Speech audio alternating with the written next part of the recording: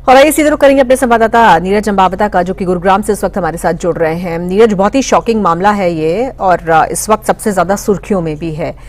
क्या पुलिस के मुताबिक उसकी पूछताछ पूरी हो चुकी है? ये मामला सुलझ चुका है? जिस तरह से ये बात सामने आ रही है कि लोगों के तानों से पिता परेशान था इसलिए उसने अपनी बेटी की हत्या कर दी, या फिर इसमें दूसरा एंगल भी है? जैसा कि एक और चर्चा चल रही है कि एक वीडियो जो वायरल हो रहा है जिसमें किसी लड़के के साथ वो नजर आ रहे हैं, तो क्या ये वाला एंगल भी है और पुलिस इस पहलू को भी ध्यान में रखकर तफ्तीश कर रही है?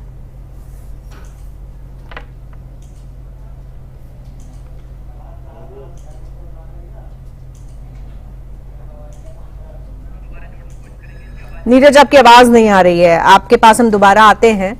लेकिन ये जो मामला है ये अपने आप में बेहद सनसनीखेज मामला है, क्योंकि इंटरनेशनल टेनिस स्टार थी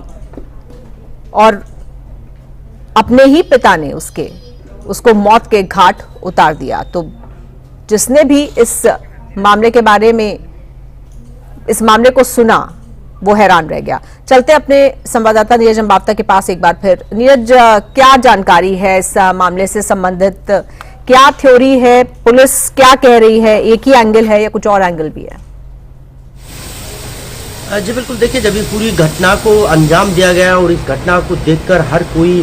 जो है वो हैरान रह गया कि एक बाप जिसने अपनी बेटी को 25 साल तक पाला और एक टेनिस की जो है खिलाड़ी उसने जो है तैयार किया, लेकिन कहीं ना कहीं इस पूरे मामले की अगर हम बात करें तो ऑन रिकॉर्ड तो ये है कि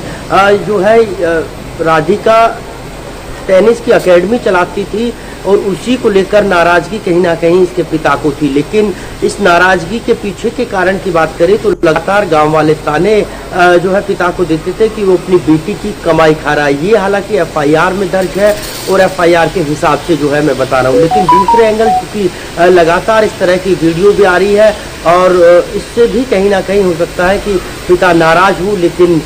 ऑन रिकॉर्ड अपनी बदनामी और बेटी की बदनामी ना हो इसको लेकर हालांकि ये थोड़ी बनाई गई हो। लेकिन अब आरोपी पिता जो दीपक है वो एक दिन के पुलिस रिमांड पर है और आज वो पुलिस रिमांड खत्म होगा तो देखना ये होगा कि आखिरकार इस थ्योरी के अलावा क्या कोई और थ्योरी भी जो है पुलिस के सामने आती है या फिर कोई एंगल दूसरा भी इस हत्या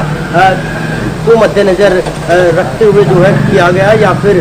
जो अब तक की थ्योरी सामने आई है क्या वही है या फिर अनऑफिशियली तौर पर कुछ और थ्योरी भी सामने आती है। और जब आज रिमांड खत्म होगा तो देखना ये भी होगा कि क्या क्या कुछ आरोपी से बरामद किया, क्योंकि एक दिन का रिमांड पुलिस ने इसलिए लिया था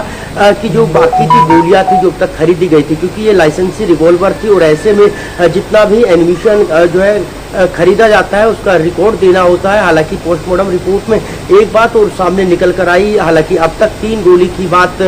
जो है वो राधिका को बताया जा रहा था कि 3 गोली लगी थी, लेकिन जब कल पोस्टमार्टम हुआ तो 4 गोली उसके शरीर से जो है बरामद की गई है और कुल 5 राउंड जो है वो फायर किए गए थे। लेकिन यहाँ सबसे बड़ा सवाल ये उठता है कि आखिरकार एक पिता जिसने 1.25 करोड़ रुपए खर्च कर उसी की एकेडमी खुलवाई थी और आज वो उसी एकेडमी से क्यों नाराज चल रहा था और क्यों लगातार विवाद चल रहा था, इसके पीछे हालांकि कई कारण हो सकते हैं, लेकिन अभी तक तमाम कारण खुलकर सामने नहीं आए हैं। केवल एक ही कारण जो है पुलिस की थ्योरी और आरोपी पिता के कबूलनामे से सामने आया है कि जो एकेडमी राधिका चला रही थी उस एकेडमी से पिता को नाराजगी। जी बिल्कुल, तो अपना जुर्म तो कबूल कर लिया है राधिका के पिता ने, लेकिन कारण जो बताया है वो क्या सिर्फ यही बताया है कि वो जो लोग हैं, जो समाज है, उनके तानों से परेशान थे? जो पुलिस को अपना स्टेटमेंट आरोपी पिता दीपक ने दिया है उसमें यही कहा है क्योंकि ये वजीराबाद गांव के रहने वाले थे और पास ही के सेक्टर 57 में रहते थे, लेकिन जब गांव के अंदर ये सुबह और शाम दूध लेने के लिए या दूसरे कामों से जाते थे या फिर अपने पैतृक जो घर था उसमें जाते थे तो ग्रामीणों से बात होती थी और ग्रामीण लगातार इस पिता को ताने मारते थे कि वो बेटी की कमाई खा रहा है और इसी वजह से जो है उसने गुस्से में आकर अपनी बेटी की हत्या कर दी। लेकिन इन तमाम एंगलों में अब गुरुग्राम पुलिस कई और एंगल खंगालने की कोशिश कर रही है कि क्या कोई लव एंगल था या फिर कोई अफेयर था या फिर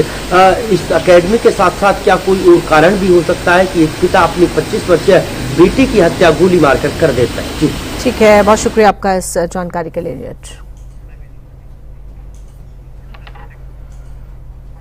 तो फिलहाल जो अभी तक बात सामने आई है वो एक ही एंगल की बात सामने आई है। हालांकि पुलिस अभी पूछताछ कर रही है और ऐसे में देखना होगा कि इस मामले में क्या कुछ और भी तथ्य हैं जो निकलकर सामने आते हैं। अगली खबर